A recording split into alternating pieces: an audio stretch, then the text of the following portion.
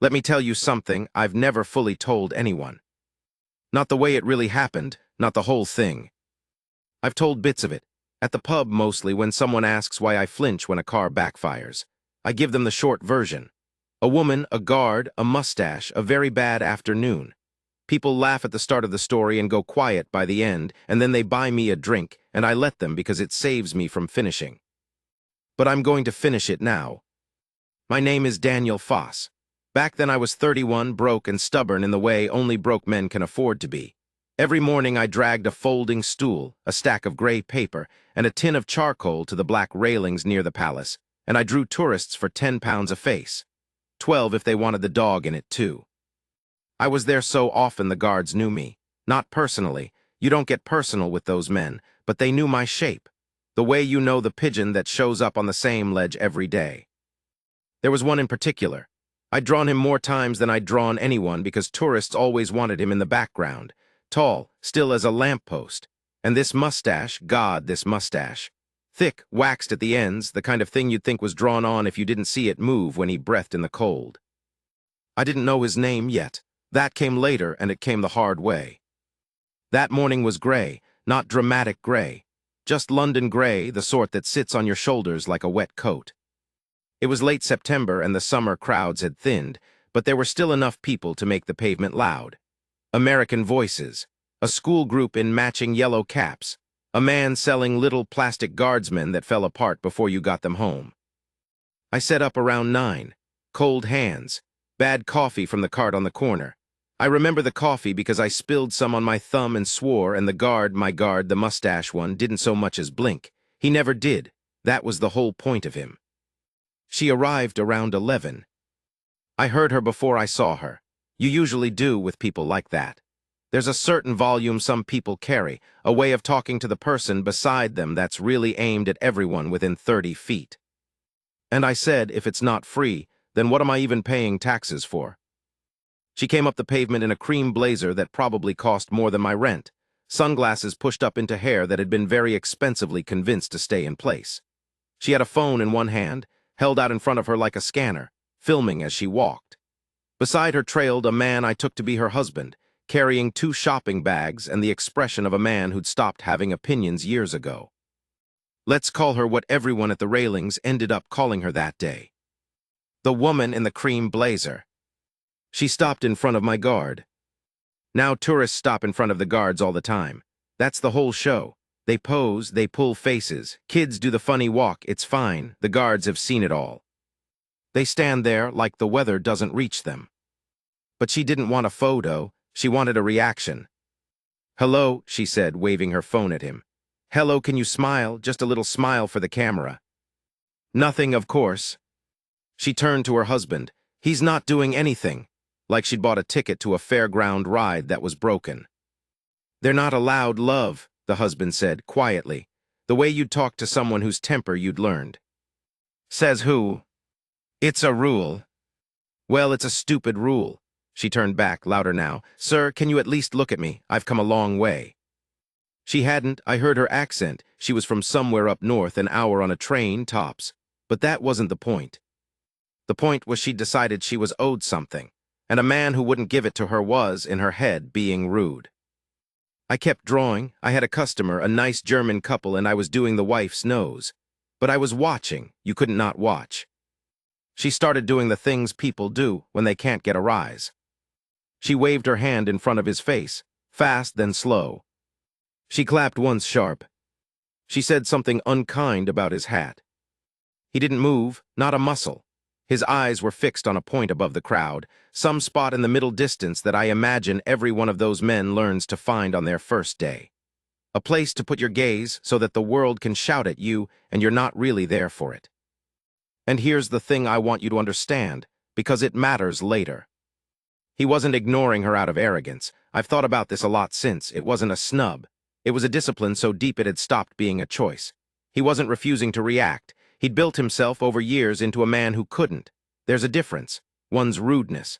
The other's a kind of quiet, unbelievable strength that most of us will never have to find in ourselves. But she couldn't see that. All she saw was a man ignoring her. And people like her, when they're ignored, don't get quiet. They get bigger. "You know what?" she said, and I heard the shift in her voice, the way it went from performance to something meaner.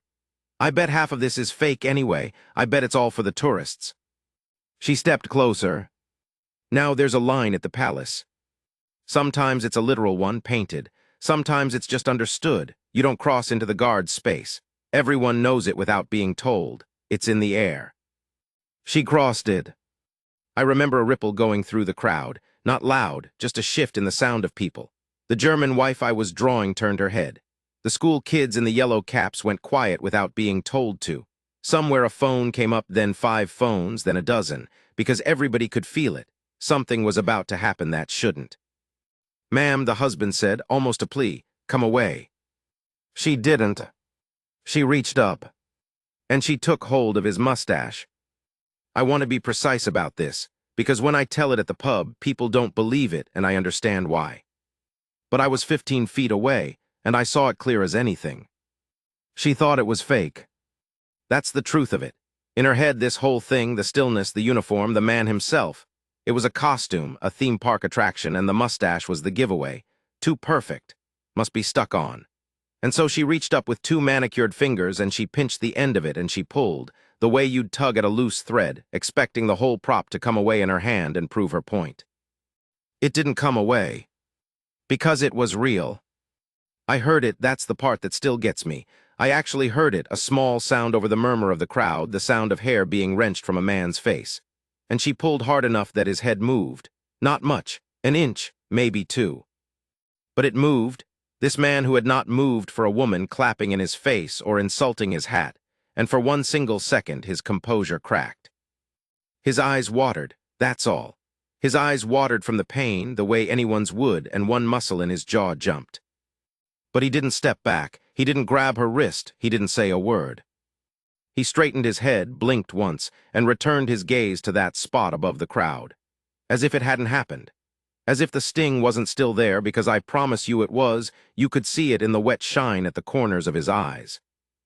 The crowd made a noise then, a collective intake of breath. Somebody said, "Oh my God," in an American accent.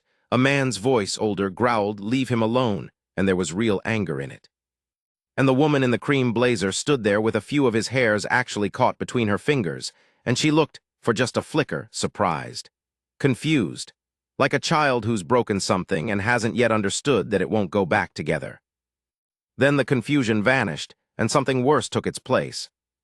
Embarrassment. And you know what embarrassed people do, when there's a crowd watching them be wrong. They double down. "Well, he shouldn't stand there looking fake," she said, loud to no one, to everyone. She wiped her fingers on her expensive blazer like he'd been the dirty thing. "That's false advertising. That's someone should complain." Her husband had gone the color of old paper. "Get in the car," he said, not asking now. "I will not. I haven't finished my—" "Get in the car, Marlene." So that was her name, Marlene. I only caught it because he said it like a full stop. And here is where, if this were a normal story, it would end. She'd storm off. The crowd would tut. Someone would post the video and it would get 2 million views and a headline, "Karen assaults royal guard, instant karma," and that would be that. But it didn't end there. Because at 11:47 that morning, I know the time exactly, I'll tell you why later, while the woman called Marlene was still standing there being awful, and while my guard was still staring at his spot in the sky with his eyes watering, and a strand of his own dignity torn out of his face. There was a sound from the direction of Hyde Park. I've spent years trying to describe that sound. I still can't, not properly. It wasn't like the films. In the films, it's a boom, a clean big noise. This wasn't clean. It was a flat, ugly crump that I felt in my chest before I fully heard it, a punch of pressure that came up through the pavement and through my folding stool and into my teeth. The kind of sound that your body understands before your brain does. My body understood it. My charcoal snapped in my hand. For a second, just one, the whole street went utterly silent. No traffic, no voices, even the pigeons stopped. And then it all came back at once, twice as loud. Car alarms, dozens of them, set off by the shockwave, screaming up and down the road. A window somewhere, glass letting go, that bright tinkling collapse. And then the human sounds, which are the ones I still hear when a car backfires. People shouting. A child, somebody close by starting to scream in a high, thin way that didn't stop. The crowd at the railings, which a moment ago had been 100 people watching a woman make a fool of herself, became something else in the space of a breath. It became a herd, and a herd, when it's afraid, doesn't think. It moves. They ran, every direction at once, into each other, over the little folding tables of the plastic guardsman man, his wares crunching underfoot. My stool went flying. My gray paper, all those half-finished faces, blew up into the air and came down like the world's saddest confetti. Someone's elbow caught me in the side of the head, and I went down onto one knee on the pavement, and for a moment all I could see was legs, running legs, and all I could smell was, "This is the detail nobody believes burning," and under it, faintly, hot metal like the inside of a train in summer. I got up, I don't know how. You do in those moments, your body just does it.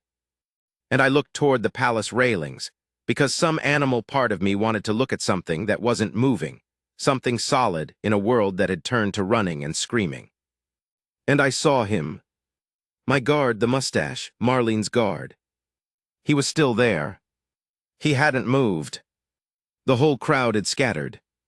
His fellow guards, the ones who could, I learned later there's protocol, there are things they do, but in that first frozen instant, the pavement had emptied of everyone with the sense to run, and he was standing at his post in the middle of the chaos exactly as he had been standing when a woman ripped hair out of his face.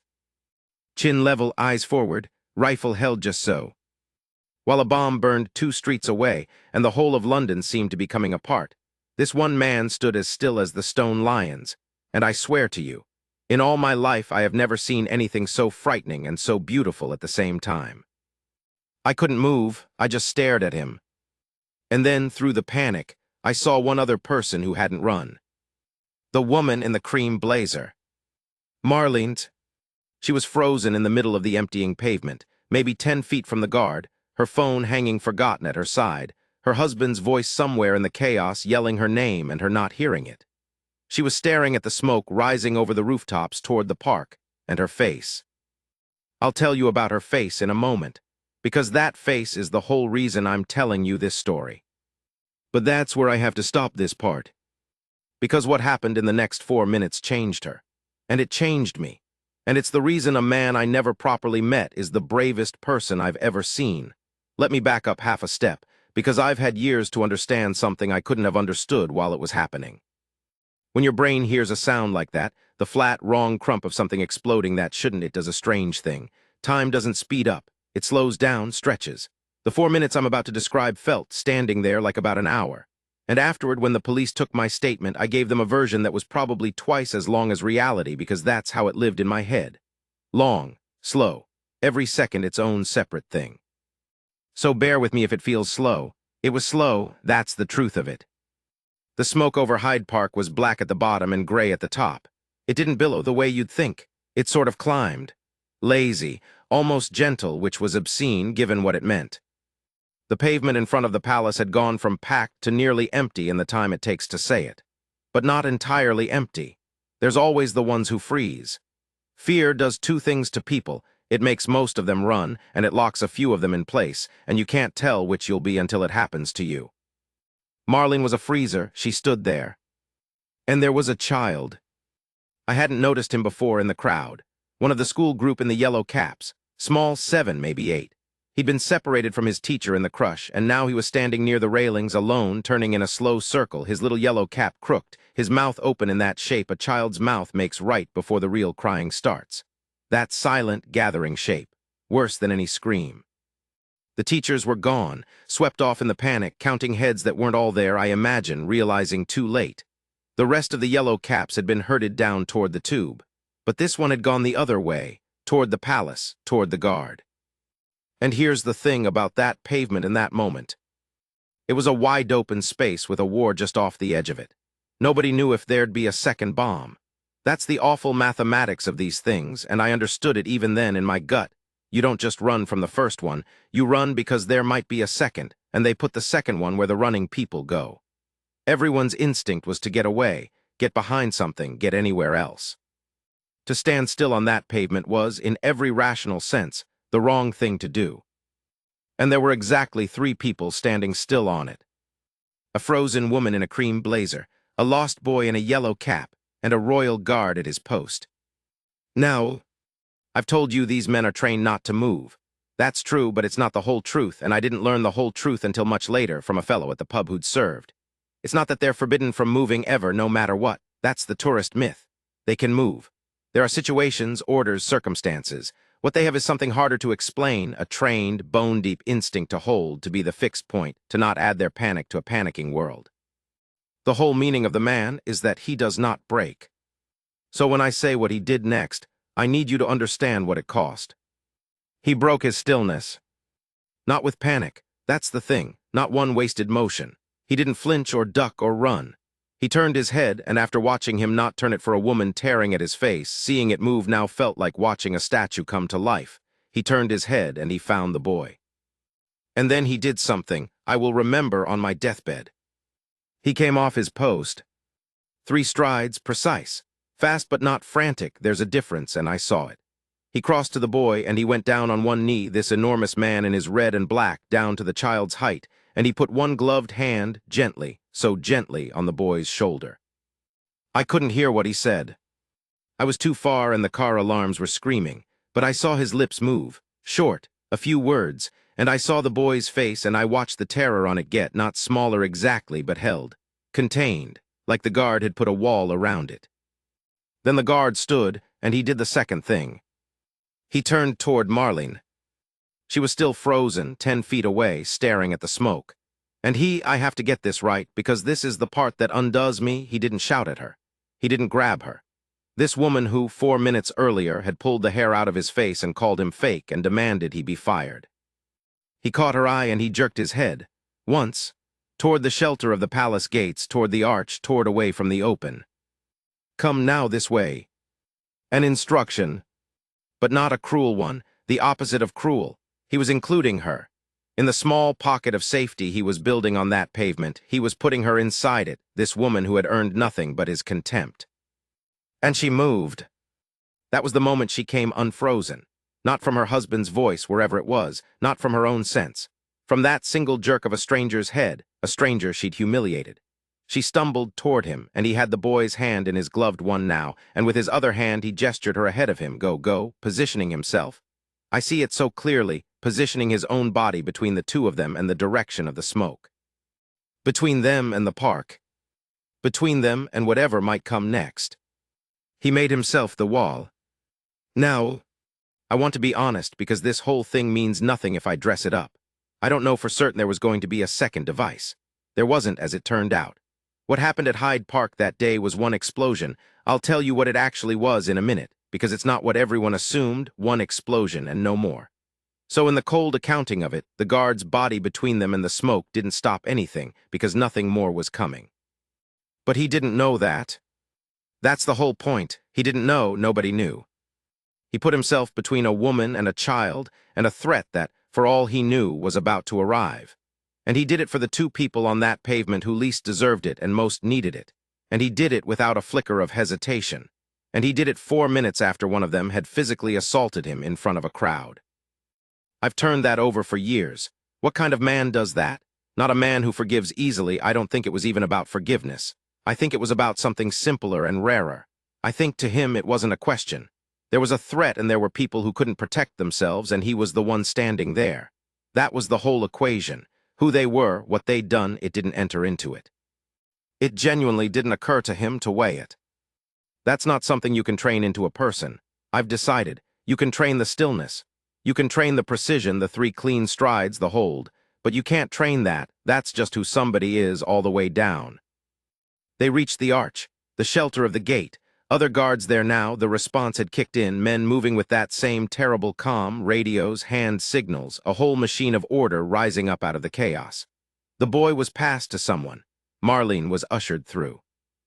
And I lost sight of them for a moment, because a police van came screaming up the road between us, and then another and a fire engine, and the world filled up with sirens the way a bath fills with water, all at once and then over the top. I stood there. I hadn't moved in maybe 2 minutes. I realized now I was one of the freezers, too. My charcoal was still snapped in my fist. I was bleeding a bit from where the elbow had caught me. I hadn't noticed. A policeman appeared in front of me, high-vis, young, shouting something. "You need to move, sir. You need to move now. Are you hurt, sir?" And I said, I remember this because it's such a stupid thing to have said. I said, "Did you see him?" "See who? Sir, I need you to move." "The guard," I said. "Did you see what the guard did?" He didn't understand me. Of course he didn't. He hadn't seen it. He'd arrived after. He just needed the daft, bleeding man with the broken charcoal to get behind the cordon so he could do his job. So I moved. I want to tell you now what actually happened at Hyde Park, because for about 3 hours that day the whole city thought it was a terrorist attack, and it wasn't, and the truth is somehow both a relief and, in its own way, sadder. It was a gas explosion. A building on the edge of the park being renovated, an old hotel. A contractor had done something wrong with a main. It had been leaking apparently for the better part of a day, filling the lower floors, and at 11:47 that morning something sparked it. 2 workers were badly hurt. One of them died later in hospital. His name was Aaron Whitlock. He was 44, he had 2 daughters, and almost nobody remembers his name because the story that spread wasn't about him. The story that spread was about a guard. Because someone, in all that panic, had filmed it. Not the mustache. Well, the mustache too that got its own life online, the woman pulling it, his eyes watering, the crowd gasping. That video went everywhere and everyone had their opinion, and the woman became, for about a day, the most hated person in Britain. But someone had kept filming. Someone, God knows who, some stranger with a steadier nerve than sense, had stood at the edge of that emptying pavement and filmed the 4 minutes after. The guard leaving his post. The knee, the boy, the head jerk to the woman, the wall of his own body, all of it. Shaky, distant, half obscured by running people, but all of it unmistakable.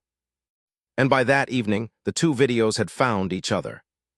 The woman who tore out his mustache, and the man who, minutes later, shielded her with his life. Same guard, same woman, same patch of pavement. The internet, which had spent the afternoon wanting the woman in the cream blazer strung up, went very, very quiet. And then it started asking a different question. Not how could she, a better question. How could he? How could a man do that for her after that? That question is the reason this story didn't just disappear like 1,000 others. That question is why, 3 weeks later, I found myself standing in a place I never expected to be, looking at 2 people I never expected to see again. But I'm getting ahead of myself. There's the part in between, the part where I found out his name. The part where I found out what the woman did next. Because what she did next is the surprise. That's the thing waiting for her that nobody saw coming, least of all her. And I have to stop here to tell it properly. His name was Lance Corporal Edward Harlow. I didn't learn it from the news, though the news had it eventually. I learned it 3 weeks after, in a church hall in a part of London I'd never had reason to visit, at a thing that was half a memorial and half something nobody had a word for. Let me back up. In the days after, the city did what cities do. It cleaned up. The cordon came down. The plastic guardsman man was back on his corner within a week, selling the same rubbish. The story moved, first to the funeral of Aaron Whitlock, the man from the gas main, and I was glad. I was glad the story finally landed on him for a while, because he was the one who died and he deserved more than a footnote. But the 2 videos kept circling. The mustache and the wall, the cruelty and the courage. People couldn't stop putting them side by side. And the woman, Marlene, she went to ground, the way people do when the whole country hates them. I don't blame her. I've thought a lot about what that must be like, to do a stupid, ugly thing in one bad moment and have it become the only thing you are forever to millions of strangers. It's a kind of drowning. But here's the surprise. Here's the thing waiting for her. She didn't stay drowned. About 10 days after, a letter turned up at a newspaper. Handwritten. She tracked down which barracks Harlow was attached to. It wasn't secret, the news had it, and she'd written to him, and she'd copied the letter to the paper herself with a note asking them to print it, not to fix her image. She said that in the note, and I believed her, and so did most people who read it. She said she knew nothing could fix it. She just wanted what she had to say to reach him, and she didn't know how else to make sure it did.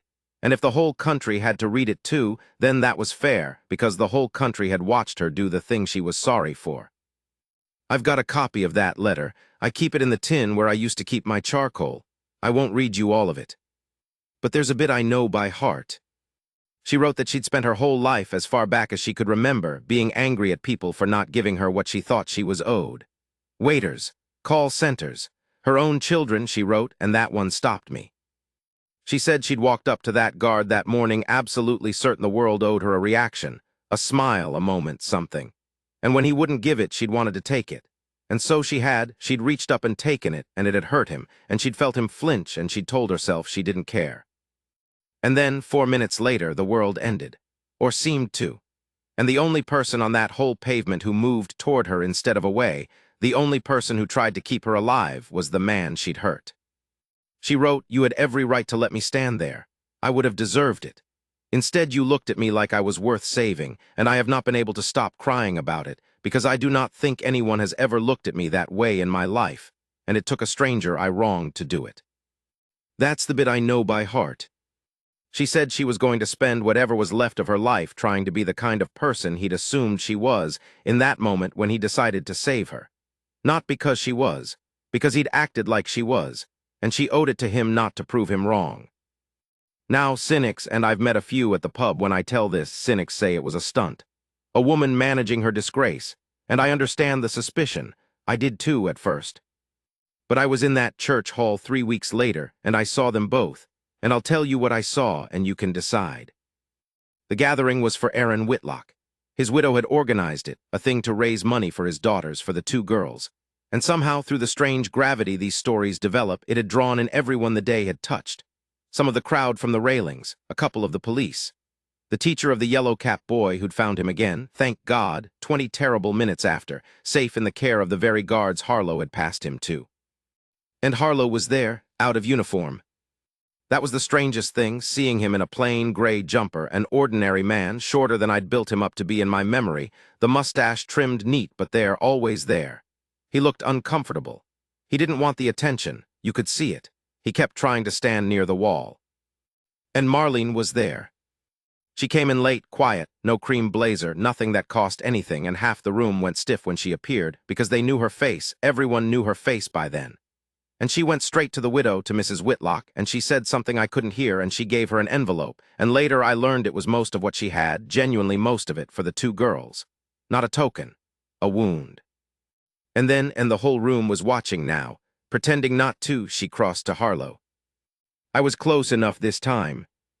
She stood in front of him the way she'd stood in front of him at the railings, only nothing at all like that. And for a moment neither of them said anything. She was shaking.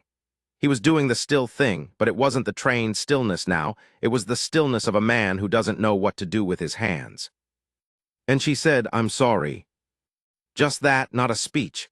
She'd put the speech in the letter. In person, all she had left was the 2 words, and she said them very quietly, and they were enough, because you could hear in them that they'd cost her everything. And Harlow, this man who I'd watched not react to being clapped at, insulted and physically assaulted, this man made of stillness. Harlow's eyes went wet. Same as they had on the pavement, but not from pain this time. He didn't say it was fine, because it wasn't, and he wasn't the sort to lie to make a moment easier. He just nodded. Once. That same economical nod he'd given her on the pavement when he told her to come to safety, and then he put out his hand. And she took it. And they stood there, the woman who'd torn the hair from his face, and the man who'd shielded her with his body, holding hands in a church hall raising money for a man who died in an explosion neither of them caused. And I had to look at the ceiling for a bit, because I'm not made of the same stuff he is, and I couldn't watch it dry-eyed. That's the surprise that was waiting for her. Not karma, everyone expected karma. The internet wanted karma, wanted her ruined, and for about a day she was. But the thing that was actually waiting for her, the unforgettable thing, was the discovery that the man she'd wronged thought she was worth saving, and that it broke her open. And that being broken open turned out to be the best thing that ever happened to her. I heard later that they kept in touch. Not romantically, nothing like that, and I'd hate for you to think it because it would cheapen the whole thing. Just she'd write. He'd write back less often, being a private man.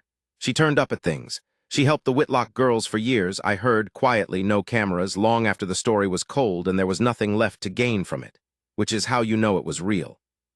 You do a thing when there's nothing left to gain from it, and that's the only proof of a person that means anything. I never spoke to Harlow. I want to be honest about that. I was 15 feet away for the biggest thing I ever witnessed, and I never once shook his hand. I nearly did at the church hall. I got about halfway across the room. And then I stopped, because I realized I didn't have anything to say to him that his face didn't already know, and men like that don't need strangers telling them they're heroes. It would have embarrassed him, so I let him be.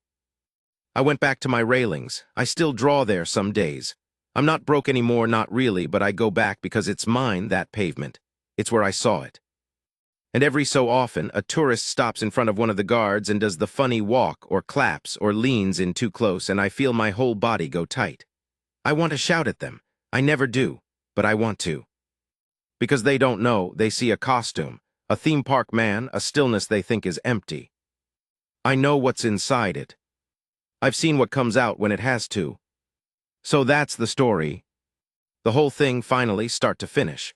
A gray morning, a cruel woman, a torn mustache, a sound I still hear when a car backfires, and a man in red and black who came off his post and made himself a wall for the two people who deserved it least, because it never crossed his mind that deserving had anything to do with it. People ask me sometimes what I learned that day. I used to say something about courage, about discipline. But that's not it, really. What I learned is this. You never know which person on any ordinary gray morning is quietly the bravest person you'll ever meet. They don't look like anything. They stand at the edge of your day like a lamppost, and you draw them in the background of someone else's photo, and you never learn their name. Until the morning the ground shakes. And then you find out.